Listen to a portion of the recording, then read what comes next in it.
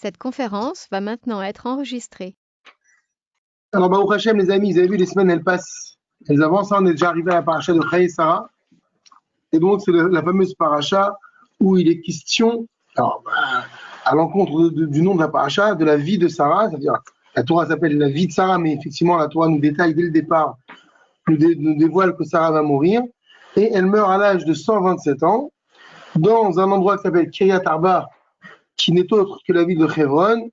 Et dès le deuxième verset, la Torah fait part de l'oraison funèbre que va proférer Abraham sur sa femme et du fait également qu'il va la pleurer. Et donc, je vous invite à regarder le troisième passouk, effectivement. Donc, de la paracha, chapitre 23. Va Yakom Abraham me'al pene meto. Une fois qu'Abraham a pleuré, la Torah dit va Yakom Abraham. Abraham s'est levé me'al pene meto, de devant son mort. Va Idaber el Venechet, les morts, et il a parlé aux enfants de Chet en ces termes. Alors, qui sont les enfants de Chet? Marco. Donc, on va voir qu'il s'agit donc de Ephron et sa famille, qui sont les propriétaires de Marpella, du fameux caveau donc des patriarches, donc, grâce à cet achat. Guerre Vetoshav Anochim Achem, Abraham va s'adresser à eux en leur disant Guerre Vetoshav, je suis un étranger qui réside parmi vous. Tenuli Achuzat Kever Imachem, c'est la suite du verset qui n'apparaît pas sur le texte, mais dans le Chumash. Donnez-moi, donc Tenuli, donnez-moi Achuzat Kever Imachem, une possession pour le tombeau avec vous. Donc vendez-moi une terre qui vous appartient. Avec Beram Etim Lefanai, afin que je puisse enterrer donc mon mort qui se trouve devant moi. On va s'arrêter là, Bezrat Hashem, et on va prendre le texte du Rav Rabbi Yaakov Bochatzira. Donc il s'arrête sur ce début de passage. Yaakov Avraham al-Penemeto. Avraham donc se lève devant son mort. Il s'adresse aux enfants de Chet et il leur dit voilà, je suis un étranger qui réside parmi vous. Donnez-moi la possibilité de devenir propriétaire de ce kéver, de ce tombeau, afin que je puisse enterrer donc mon mort qui se trouve devant moi. Et on y va. Les Faresh, la Pesuki. Je coupe juste les micros d'Ov et ceux qui veulent parler, évidemment. D'accord. Alors on y va. Efshar les Faresh, la Pesuki, Maïlou. Il est possible d'expliquer ces versets-là, mais derrière Remez, de façon allusive, Al Aneshama Ve'agouf, en prenant ici, en prenant conscience qu'il s'agit en réalité de la Neshama, de l'âme, Ve'agouf et du corps. Et Ayadoua, car il est connu, la Neshama Nikret Beshem Ish, que la Neshama est surnommée par le nom de homme, Ve'agouf Beshem Isha, et que le corps est appelé femme. Pourquoi, à votre avis?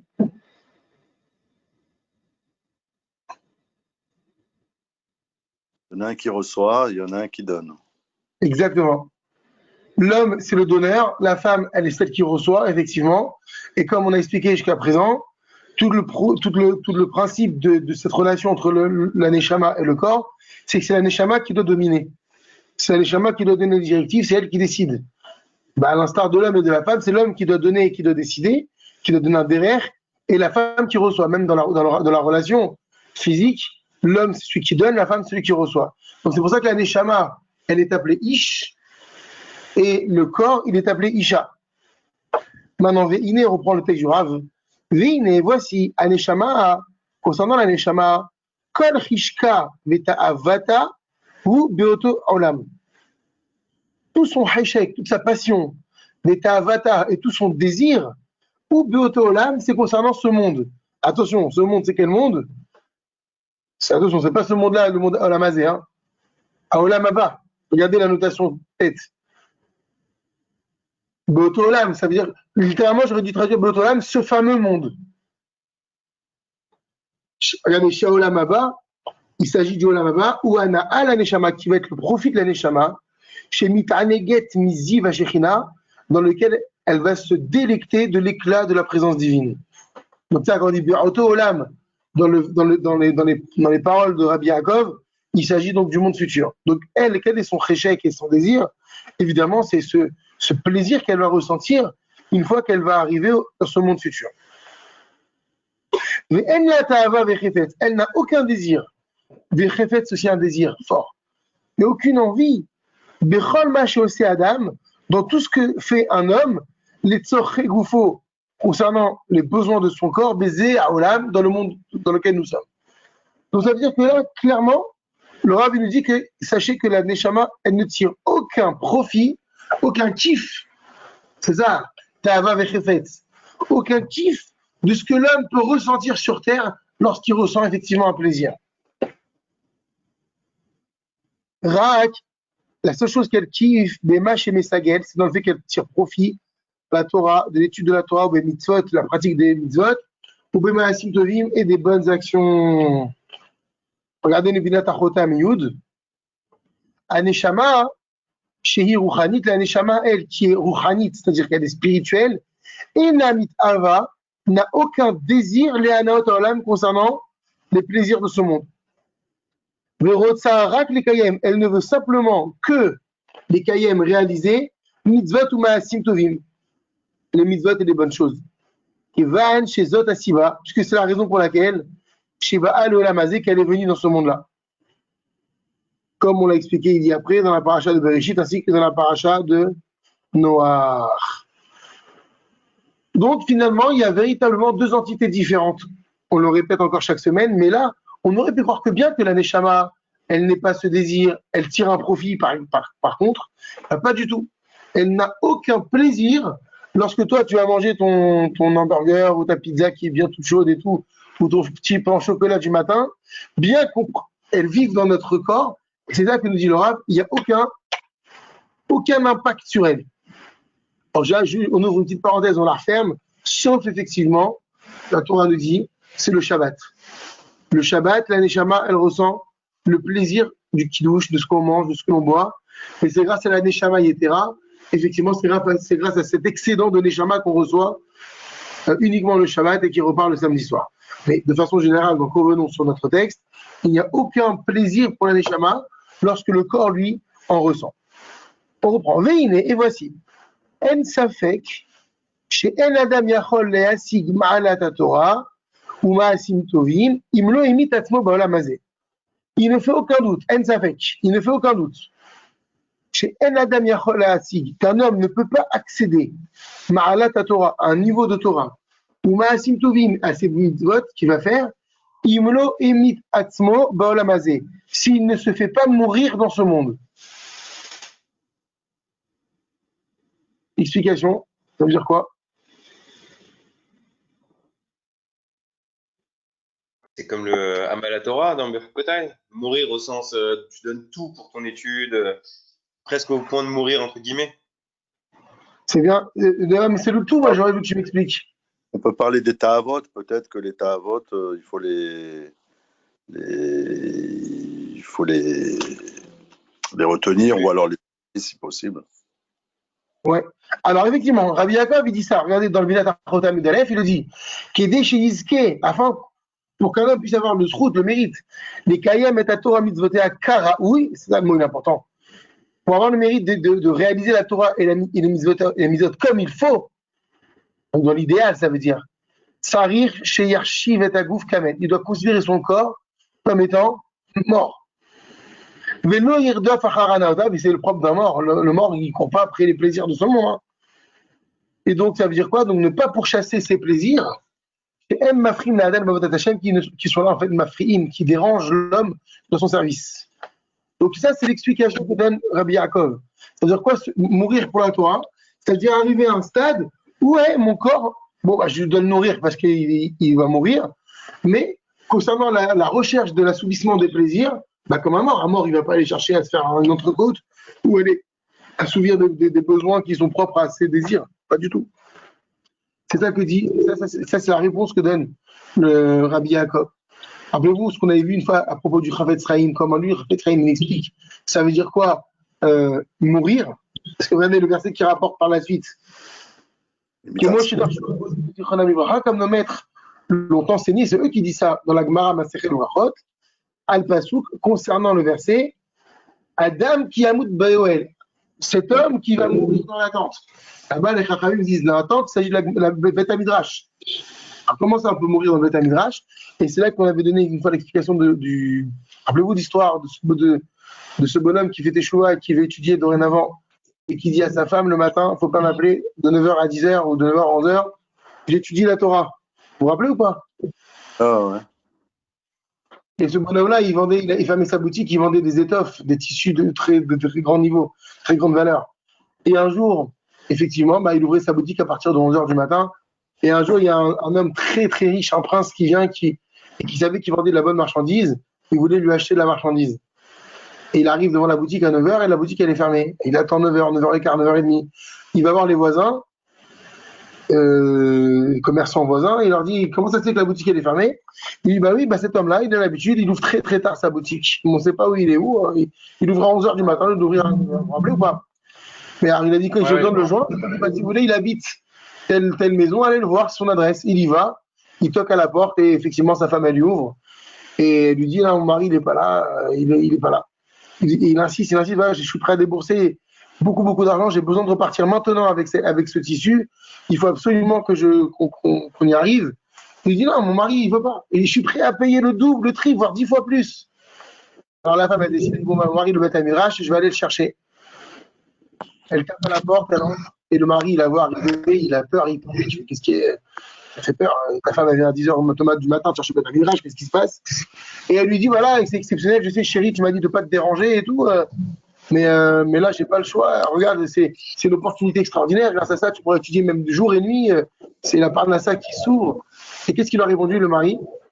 La Torah, elle a dit on doit mourir dans le Beth Midrash. Ça veut dire quoi? Il a dit si j'étais mort, est-ce que tu serais venu taper sur ma tombe pour me dire que quelqu'un est venu me chercher, veut m'acheter ma marchandise? Jamais toi fait ça. Eh bien, considère que quand j'étudie, je suis mort. Ça veut dire quoi? Je suis plus dans ce monde, ne me calcule plus. Le Chavetz Chaim dit, quand on étudie la Torah, il faut être prêt à mourir pour elle. C'est-à-dire que pendant cette étude, on n'est plus sur Terre. Il n'y a plus de téléphone, on a dit, il n'y a plus de dérangement extérieur, il n'y a plus rien. Et ça, Adam qui a Moud Noël. Donc, quand on sait qu'on est arrivé à cette madriga-là, c'est ça Karaoui. On étudie la Torah, on pratique les mitzvot Karaoui comme il faut. Et donc, je pense que c'est plus facile d'arriver à ce que dit Rabbi Yaakov quand on est enfermé dans une yeshiva ou quand on est oui, exactement. retiré de ce monde. Exactement. C'est pour ça que ça rejoint Rabbi Yaakov. Il dit donc ça veut dire que tu arrives à un stade où ton corps il est considéré comme mort en ce sens où tu n'es plus connecté à ses besoins et à ses désirs. Donc dans l'un comme l'autre, on voit l'importance du Beth Midrash en réalité. Le Beth Midrash, c'est vraiment dans un monde à part. Et même si tu as des désirs, tiens, comme ce matin, j'ai ramené le sac de Charles Tretter. Les VTF dedans, ils ont cru que c'était des pains au chocolat. Bon, on éteint le désir. On est en train d'étudier la Torah. On a une fausse joie. Alors que si tu es dans la rue, là, tu vas t'arriver chez toi, tu vas chercher dans la cuisine, tu vas répondre à tes besoins corporels. Ce qui n'est pas évident, donc quand on est dans le Beth Midrash. Donc c'est ça. Le Rav le dit, un homme ne peut accéder à un vrai niveau de Torah et de Maasim Tovim que dans la mesure où il est immédiatement, il se fait mourir. Attention, tu as vu le mot, il est bien choisi. Il n'a pas marqué il se tue. Hein. On n'est pas des kamikazes, on n'est pas des suicidaires. Il se fait mourir, ça veut dire qu'il se considère comme s'il n'était pas. Donc d'après Rabbi Yaakov, ce niveau de ses plaisirs physiques, il n'accorde pas d'importance. On va dire, encore une fois, on n'a pas dit qu'il faut se défaire, on ne va pas mourir. Il faut manger, il faut boire. Mais ce qui est nécessaire pour étudier la Torah. Urshemesi, madame, alors on continue dans le mot. Urshemesi, madame, atzmo, kemet bolamazé, lorsqu'un homme va se considérer, se placer comme un mort dans ce monde, alors regardez qu'est-ce qui se passe automatiquement, basé, grâce à cela, nitzal miyetzeraro mitavotav. Il va se sauver, s'épargner lui-même du mauvais penchant et de ses désirs. Comme nous prions chaque jour en disant Venafshi ki afar la kol tiye. C'est quoi ça? C'est quel verset? Je ne sais pas c'est quel verset. Et nafshi qui afar, mon âme, elle est comme, afar, c'est quoi? Comme la poussière. La colle tillée, pour tout, elle sera. C'est-à-dire qu'elle sera constamment, mon âme causée comme la poussière. Alors le Rav, il explique dans la notation du guillemets, ça veut dire quoi ce pasouk? Chez Yargish Beatzmo, il doit se sentir lui-même, Keilouk Varshav Lavar, comme s'il était déjà retourné à la poussière, puisque c'est comme ça que ça commence, c'est comme ça qu'on termine. Et donc du coup, puisqu'il est retourné à la poussière, il n'a plus de désir concernant ce monde-là, ce kiff. Attention, encore une fois, ta'avot, on parle dans un premier sens, dans un premier cas, on parle évidemment des choses interdites, mais là on va un peu plus loin que les choses interdites. C'est tout ce qui va être le surplus. Rav, Oui. Mechila, je crois que le passou que vous avez cité, c'est dans le Shmoné Esrei, dans la fin, Ioud les Ratson. Razak, oui. Eloka, il sort. C'est ça. Oui, c'est ça. C'est ça. Donc là, le ridouche, il est fort. Évidemment qu'on parle des désirs interdits, mais on parle aussi du surplus. C'est tout ce qui va être. Attention, la gourmandise, c'est pas un péché, dans la Torah. Mais on voit que ça contribue à l'alimentation de notre Yetzirah. Il faudra arriver à un stade où on devient comme Baba Saleh. Comment il était Baba Saleh et bien d'autres. Il mangeait rien de la semaine. Il mangeait pas la semaine. Il mangeait pas la semaine. Il buvait un petit peu pour tenir, peut-être un petit truc dans sa bouche parce qu'il fallait qu'il tienne, il avait besoin de force, et il mangeait que le Shabbat. Pourtant, là, on avait vu, à chaque fois, je reviens toujours à ce cours, mais tu te rappelles quand on avait fait le cours de la cache-route, quand tu manges des choses, il y a des choses extraordinaires quand tu es strict, hein, j'entends bien. Ah voilà, c'est ça, c'est sa façon d'être strict dont on parle là. Ça rejoint. Oui, mais ce que je veux dire, c'est que en mangeant, tu apportes des choses exceptionnelles à ta neshama. Tu te rappelles quand tu fais le tri, on a dit qu'on délivrait des nitzotzot, on a dit plein de choses, mais en le faisant vraiment concrètement, ça, c'est-à-dire en mangeant également dans ce but, je pense qu'à la fin, on va développer une sorte de barrière contre la nourriture. C'est-à-dire que, évidemment, on fait des choses belles et extraordinaires, mais d'un autre côté, on voit qu'on alimente notre Yetzirah. C'est pas qu'on alimente notre Yetzirah, c'est-à-dire qu'on répond à des désirs. Et on sait que le propre du désir, il émane du Satan. C'est ça que je veux dire. Donc, plus quelqu'un il répond pas à ses désirs qui émanent du Satan, plus il se détache du Satan, c'est ça. C'est pas le fait de vouloir se faire souffrir ou de se mortifier. C'est pas ce qu'on est en train de dire. C'est qu'effectivement, et encore une fois, pour revenir à ce qu'on disait, c'est pour ça qu'à Kippour, on doit jeûner. C'est pas pour se mortifier le jeûne de Kippour. C'est pour justement se focaliser sur un neshama et nous défaire de ses désirs. J'ai envie de manger. Même quitte à pas avoir des désirs autorisés pour kiffer, autant enlever tous les désirs, comme ça, les désirs interdits, entre guillemets, j'en ai pas, ça, et les désirs autorisés, c'est pas la, mais attention, c'est pas attention. La fin du monde de pas en avoir. Exact, oui, c'est ça, mais attention, c'est-à-dire qu'on n'a pas dit, encore une fois, ça demande un travail aussi bien physique que spirituel, que d'études. On ne peut pas du jour au lendemain dire, tiens, tu sais quoi, j'arrête de manger parce que je vais. C'est-à-dire que ton investissement dans ta Torah, elle va te faire comprendre que finalement, tu devrais manger que pour répondre aux besoins à tes besoins corporels, dans le but d'étudier, dans le but de faire les mitzvahs, de prendre des forces. Mais effectivement, quand on prend du recul et qu'on réfléchit, pourquoi je vais choisir de manger ça? Pourquoi je vais manger plus qu'il en faut? Parce que je réponds à une ta'ava, à un désir qui émane de mon Satan. Alors le Rav, il te dit, quelqu'un qui veut étudier la Torah et pratiquer Karaoui comme il faut, il doit apprendre à se défaire de ces désirs qui sont du surplus en fait. Parce que ce surplus, c'est l'alimentation du Satan. Alors bien sûr, tu vas me dire, c'est pas interdit, c'est pas un désir interdit, je mange une pizza, elle est cachère ma pizza. Mais le fait d'aller répondre à un désir corporel, c'est donner à manger à son Satan. Et là, donc du coup, puisque tu donnes à manger à ton Satan, et ben, c'est vrai que tu ne peux pas être authentique dans ta Torah des mitzvot. C'est ça qu'on est en train de dire. Vezeu Chishka Shel HaNeshama. Et en réalité, maintenant, si on devait écouter la Neshama telle qu'elle est, elle jeûnerait tout le temps, elle ne mangerait même pas, parce qu'on a dit, elle n'a pas le besoin, elle ne désire pas manger, elle ne désire pas boire. Et non plus loin, elle ne désire pas faire de faute, tout simplement. Et donc c'est ça la verset. Alors, Vezeu Chishka Shel HaNeshama, c'est ça cette passion qu'a la Neshama.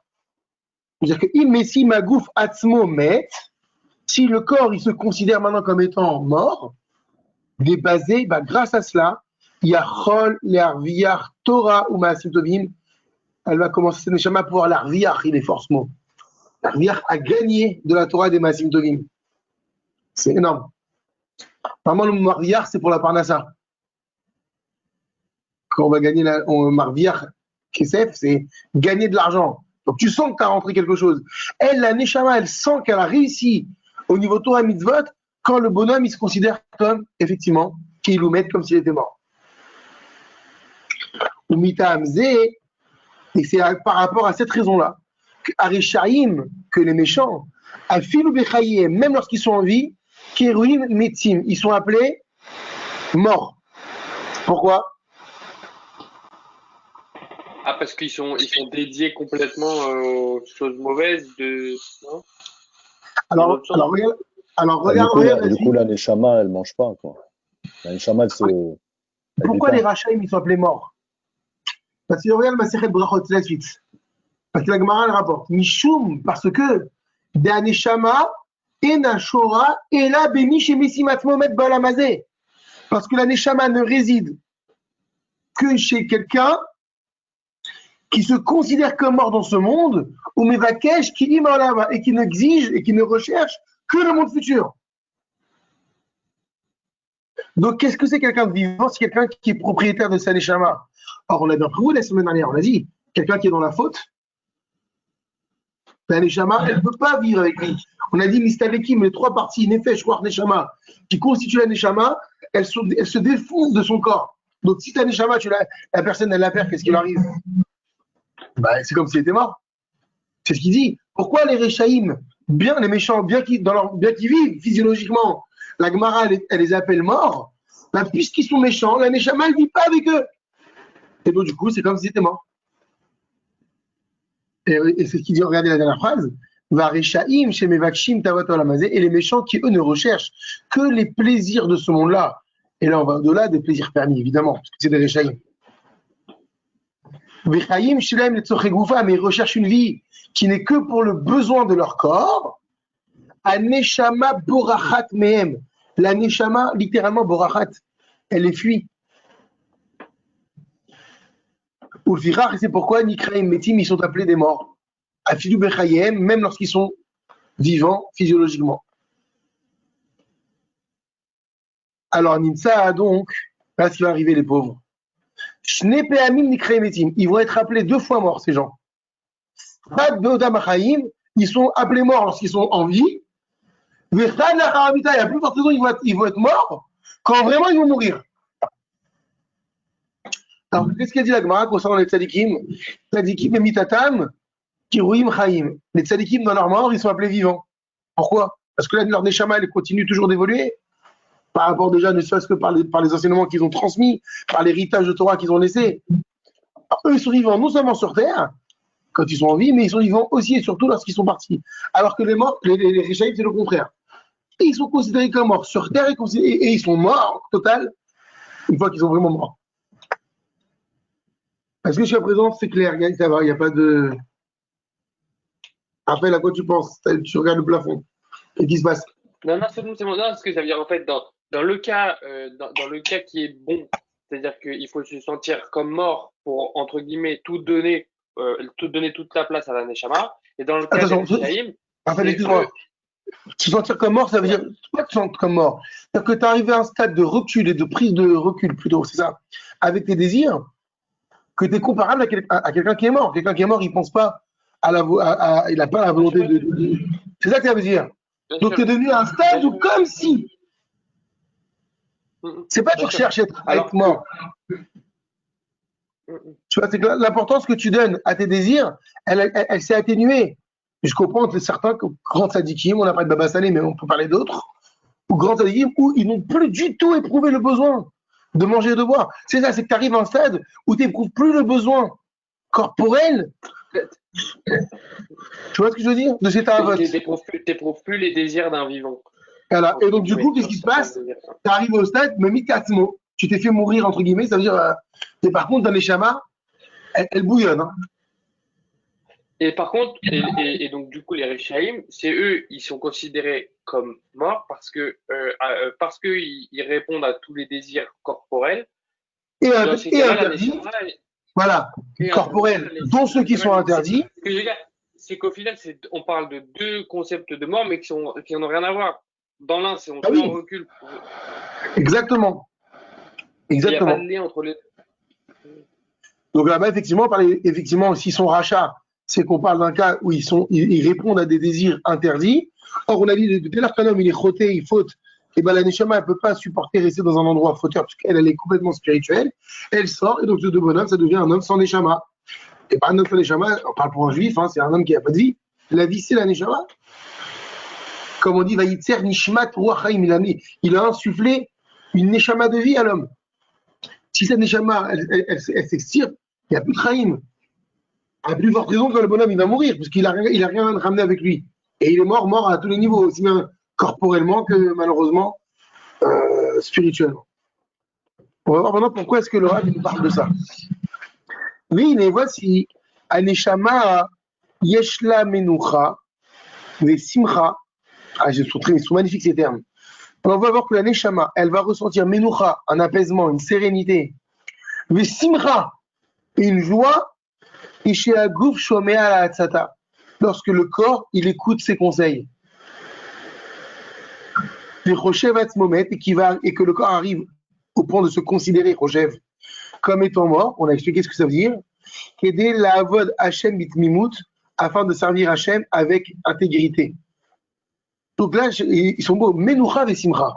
La Neshama, elle ressent ce kiff, comme on ressent le Shabbat. Là, on se pose. Et Simcha, une joie authentique, quand le corps il fait ce qu'elle demande, elle recherche.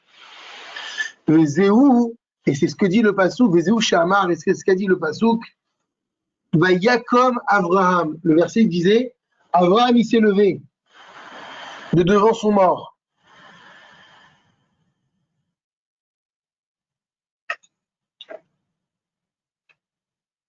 Non, c'est la prochaine. Kouf Memé. Razak, magnifique.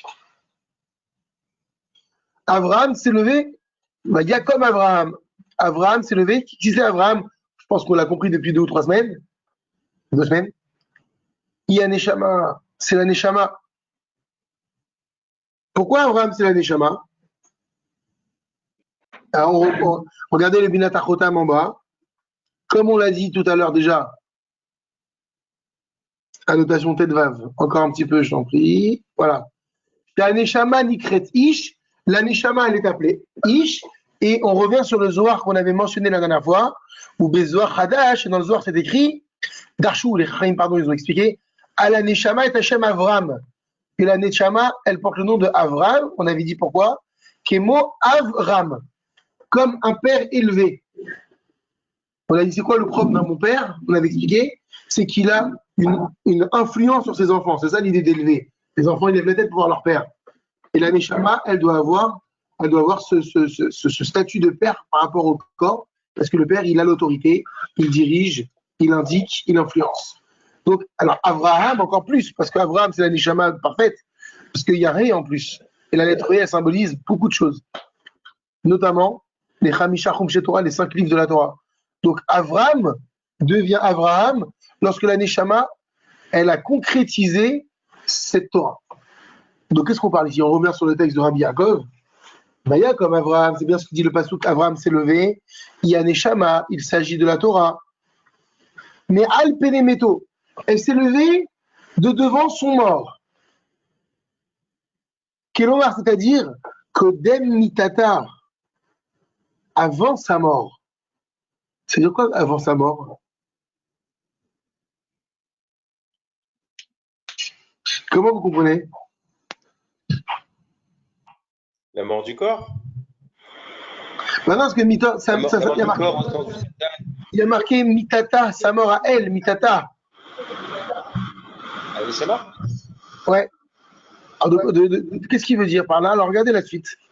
Be'oda b'chaim, lorsqu'elle était encore en vie, ba'olamazé, dans ce monde, ça veut dire Miyom bo'a la Adam, depuis le jour où elle est arrivée chez l'homme, il rochevet atzma, elle se considère Keilou Imeta, comme si elle était morte. Ça veut dire quoi? Parce qu'on vient de comprendre qu'un homme, il doit être Abraham. Ça veut dire quoi, Abraham? C'est-à-dire que quand le corps il dit je, qui c'est qui parle? C'est pas le corps. C'est la Neshama. Donc quand un homme il va se considérer comme étant mort, c'est pas le corps qui décide qu'il est mort. C'est qui? C'est la Neshama. Parce que c'est elle qui décide. Le corps, il a envie de manger un gâteau. Il dit non. Mais est-ce que c'est pas parce que Je prends du recul.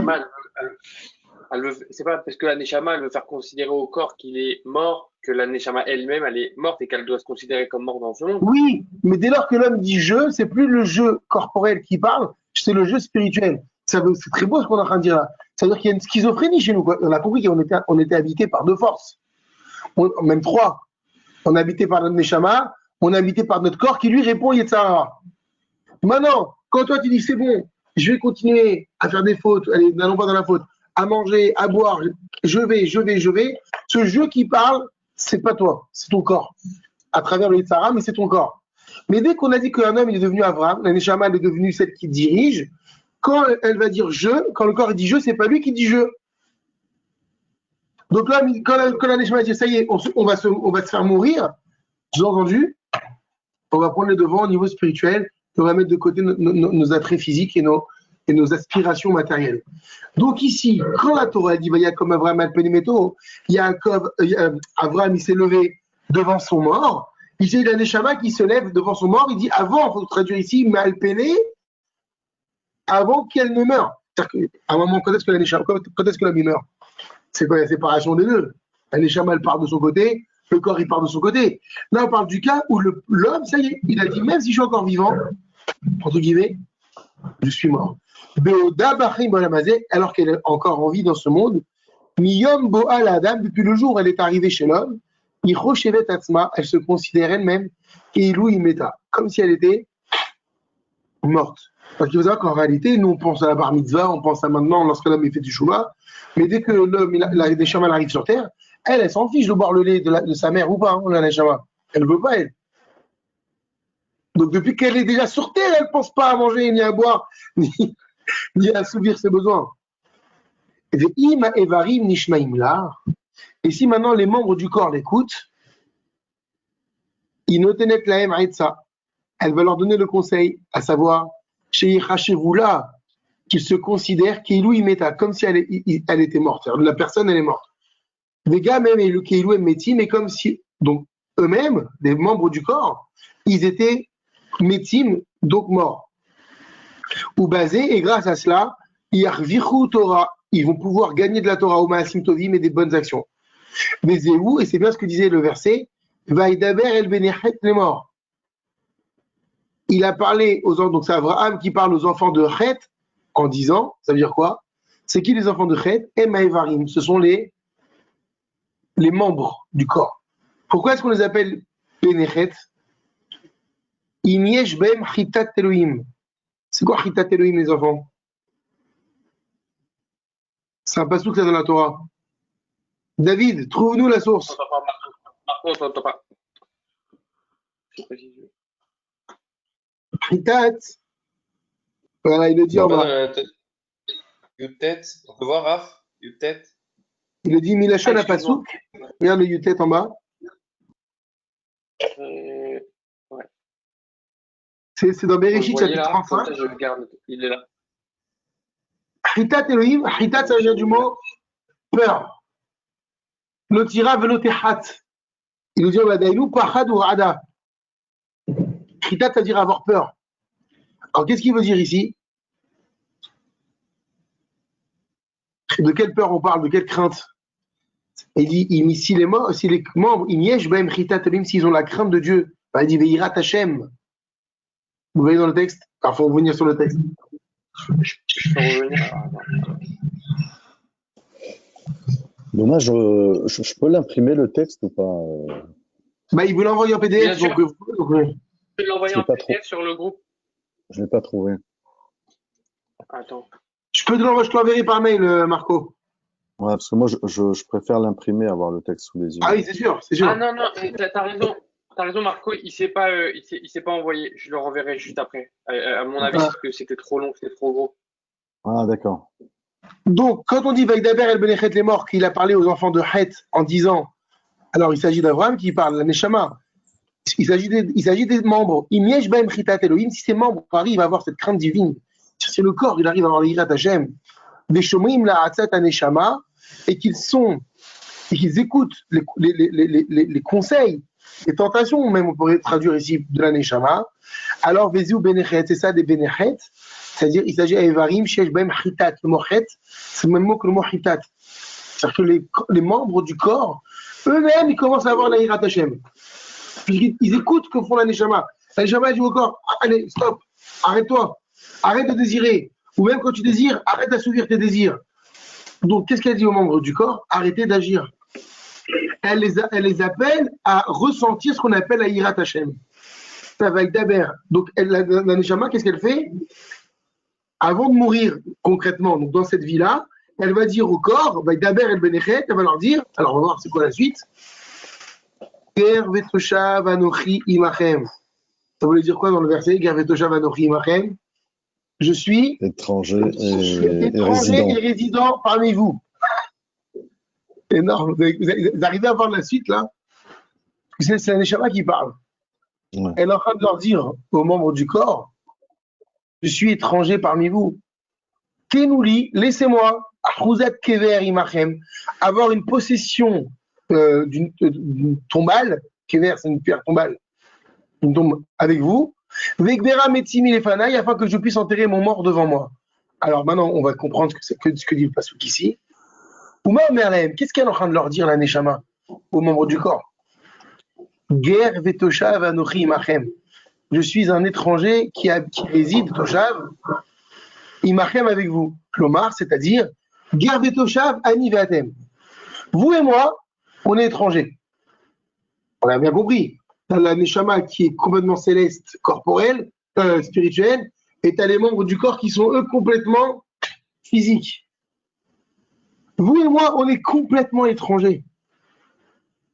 Et rouge, explication, Afil ou Anunirim Toshavim Mezeolam, même si Nirim, il semble que on réside ensemble dans ce monde. C'est vrai, tu vois une personne, tu dis, bah, tiens, il y a sa Neshama et son corps, ils sont ensemble. Même s'il semble, il apparaît, Toshavim, que nous sommes ensemble, nous vivons ensemble dans ce monde, n'oubliez pas, Gerim Anachnu, nous sommes des étrangers. Ça veut dire quoi? Kiayom Kan, car ici, aujourd'hui, on est là, Umahar Bakever, et demain, on va être dans la tombe. Qu'est-ce qu'il est en train de dire, le Rav, ici? C'est très fort. Qu'est-ce qui fait qu'un homme, il s'enfonce dans cet avot? Qu'est-ce qui fait qu'un homme, il réponde à tous ses besoins? Parce qu'il pense qu'il va J'achète une voiture. Je veux acheter une maison, j'achète la maison. Je veux ci, je me l'accapare. Je veux ça, je le fais. Pourquoi? Il pense qu'il va rester ici à jamais. Exact. Parce qu'il pense qu'il va rester ici à jamais. Il ne voit pas que demain, il peut partir. C'est ce que disait la Mishnah. Comment fais tes chouvas? Bah, pense que demain, tu vas partir. Le bonheur, qu'est-ce que dit la Mishnah? Ayom Kan, aujourd'hui on est là, c'est vrai. Mais Mahar, demain on est où? Bah, Kever. Et donc, qu'est-ce qui se passe?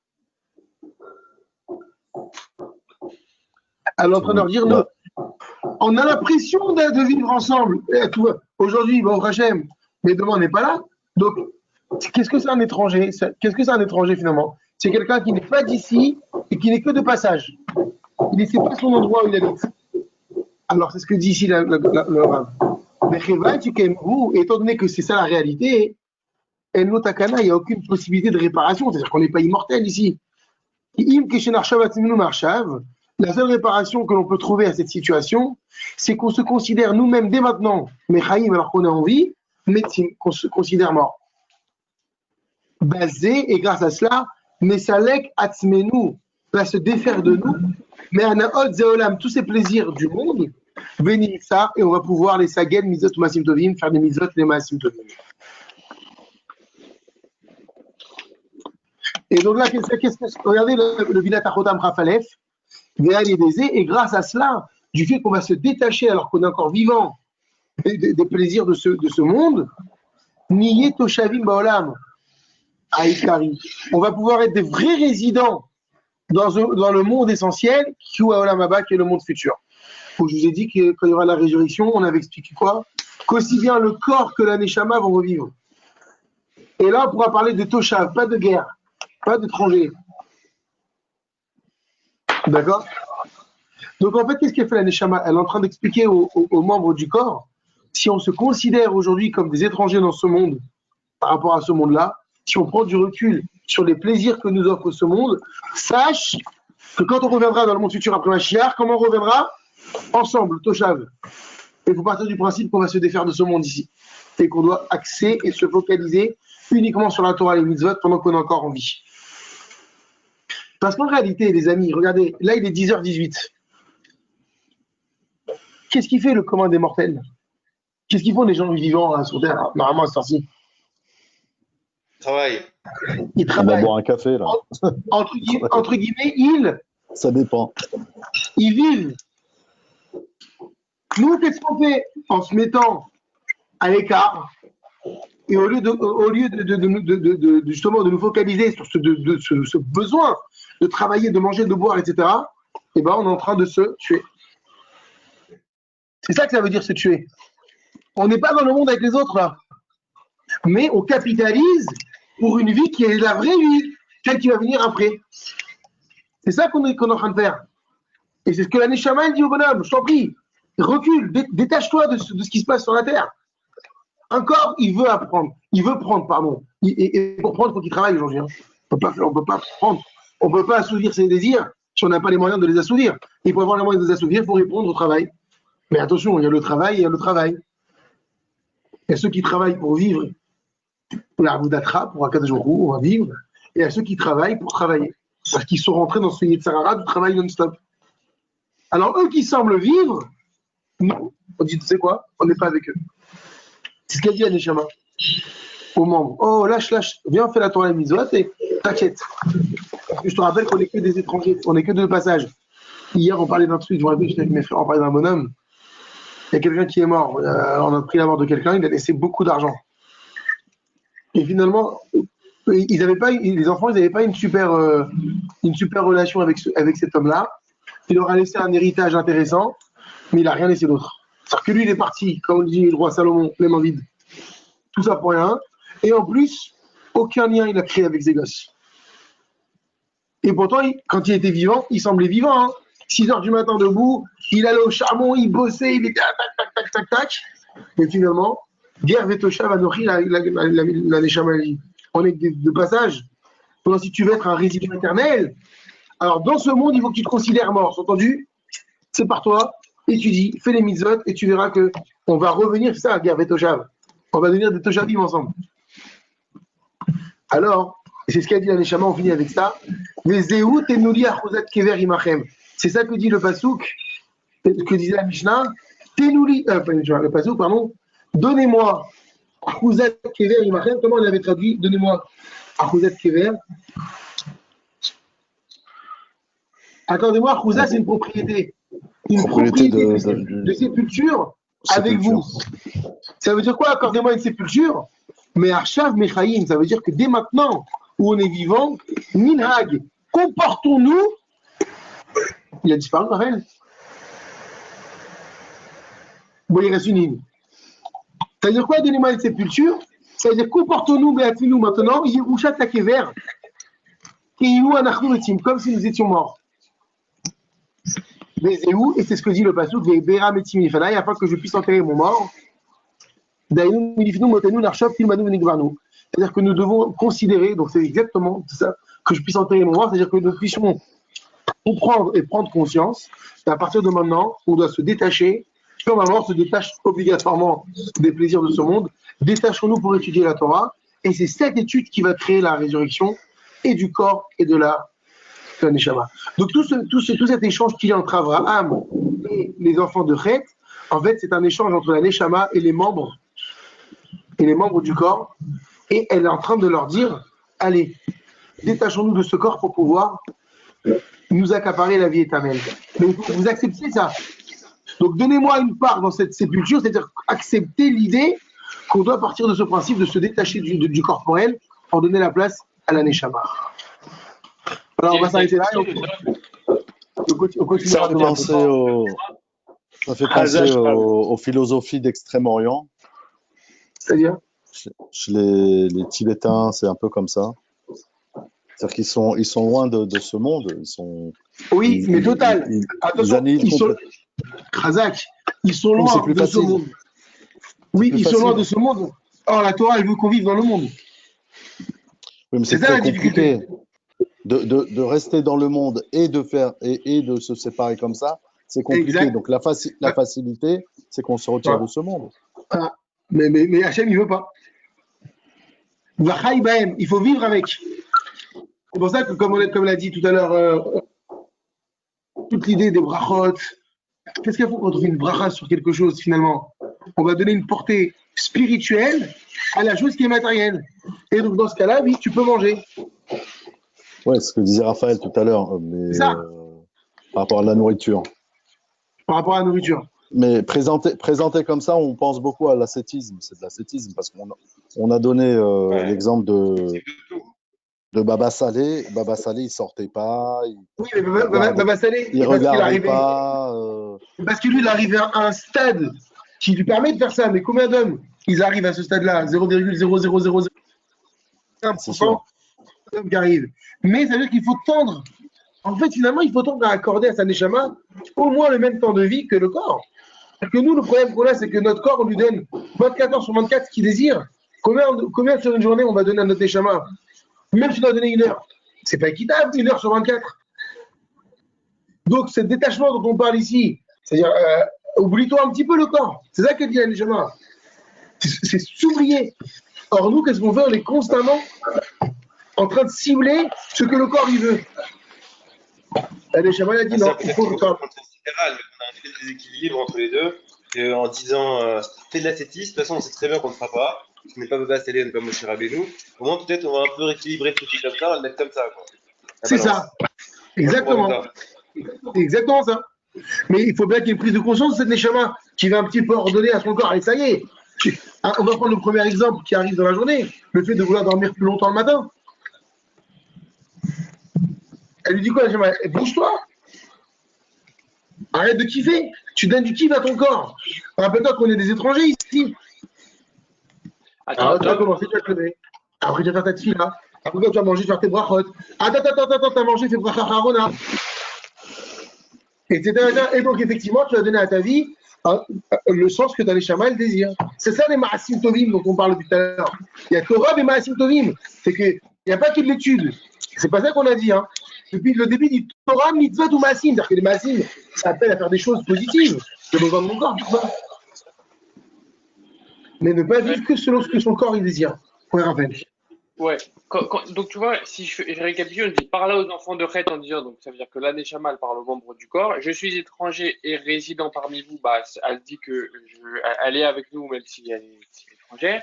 Et après, quand elle dit accordez-moi la propriété d'une sépulture avec vous, c'est la notion qu'on a dit qu'au final on va tous aller dans le kéver et que Non, accordez-moi, ça veut dire que moi je me considère déjà comme, parce que je veux pas de tout ce que vous mangez là, de ce que vous vivez, de vos kiffs.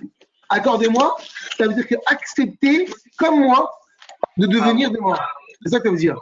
Et comment on a expliqué que avec vous que j'enterre mon mort de devant moi? C'est quoi cela? Que bien qu'on soit encore vivant, on part du principe qu'on est enterré. C'est ça que ça veut dire. De devant moi, c'est-à-dire d'avant le moment où on va vraiment mourir. Ah, c'est ça, ok, d'accord. C'est-à-dire acceptons maintenant l'idée comme si nous étions enterrés, alors que ce n'est pas encore le moment. Ok. C'est la base. Merci. Donc, si on doit intituler ce cours, c'est j'aime bien le mot que tu as dit, Mickaël, rééquilibrer les désirs de la neshama et les désirs du corps. Parce que si on assouvit les désirs du corps selon ce que la neshama elle veut, ces désirs corporels ils deviennent spirituels. Obligatoire. C'est plus des désirs que le corps. C'est qu'il y a de la bracha dedans, il y a de la Torah, il y a des mitzvot, il y a une façon de manger, il y a une façon de se tenir debout, il y a une façon de parler. Et donc du coup, c'est la neshama qui devient Abraham. ce bonhomme-là, tu peux dire, il a conscience qu'il est toujours étranger et qu'il est en train de capitaliser pour le Olam Haba. C'est ce qu'elle a dit. Bezrat Hashem, on verra la suite. Bezrat Hashem. Oui. Juste une question. Dans le texte, il y avait une différence. Rabbi Yaakov faisait une différence entre Yirat Hashem et Chitat Elohim. Non, parce que le mot chitat veut dire craindre. Ouais. Et le mot het, le benechet, chetav, c'est la même racine que le mot chitat. Donc, qu'est-ce qu'elle fait la neshama? Elle s'adresse aux membres en leur demandant de devenir des benechet, des gens. Béné, c'est quelqu'un qui appartient à quelque chose. Des gens qui sont empreints de la ira. D'accord, mais il y a une différence, c'est pareil, Chitat Elohim et Yirat Hashem. Non, c'est pareil, c'est ça qui. Lui, il a traduit Chitat Elohim, pas Yirat Hashem. Ouais, mais justement, c'est pour ça que je me demande s'il n'y a pas une différence. Qui dit les deux, il dit Chitat Elohim, Ve Yirat Hashem. Et en plus, c'est pas le même nom de Dieu qui est utilisé. Oui, très bien. Alors ça, c'est très bien. Là, il s'agit des deux niveaux. C'est les deux niveaux de Yira. On a dit qu'il y a deux sortes de crainte de Dieu. Et on avait dit ce qu'on appelle Yira Taonesh, la crainte du bâton. C'est que je fais des choses parce qu'on a peur qu'Hachem il nous punisse. C'est pour ça que c'est Elohim. Elohim, c'est Midat Adin. Et Yirat Hashem, c'est quoi Yirat Hashem? C'est une autre crainte. C'est plus la crainte, on a dit c'est voir Hachem. Et Hachem, on sait que c'est la clémence. Donc au début, on est obligé de passer par là. Et la preuve, tout ce développement que fait le Rav ici, il nous fait un peu peur. On parle de mort, on parle de tout ça, mais quelqu'un qui arrive à ce stade, il ne pense plus à ça, il ne dit pas. Donc on voit que c'est chitat au début. Attention, on va mourir. Attention, on n'est que de passage. C'est comme quand on parle à des enfants, on leur fait peur. Et quand le bonhomme il va grandir, exactement, quand le bonhomme il va grandir, il va plus avoir peur, il va comprendre, par amour. Et bien au début, les membres, on leur dit arrêtez de manger, arrêtez de faire ci, arrêtez de faire ça. Je te rappelle que. Alors, c'est pour ça qu'on parle de Chitat Hashem, Elohim. Mais après, on va, ça veut dire Yirat Hashem. Et après, une fois que. C'est toujours le même exemple. Quand on perd un enfant de 5 ans, il lui dit ne fais pas ça, il le fait. Le père, il lui met une baffe. Dorénavant, le gosse, il aura peur de son père. Mais quand, au bout arrivé à l'âge de 30 ans, le père, il dit à son fils ne fais pas ça. Le fils, il a peur de la baffe de son père. Pas du tout. Et la ira, il a le respect de son père. Il m'a coupé. Non, il ne met plus de baffe, il dit que tu m'as déçu. C'est pire encore. Ah, tu m'as déçu. Je te faisais confiance. Et bien, c'est ça, c'est la ira. Voilà, Bezrat Hashem, mes amis, on continuera demain, Binéder. Baruch Adonai Le'olam, Amen ve Amen. Amen. Hazak Merci, d'abord. Merci beaucoup. Avec plaisir.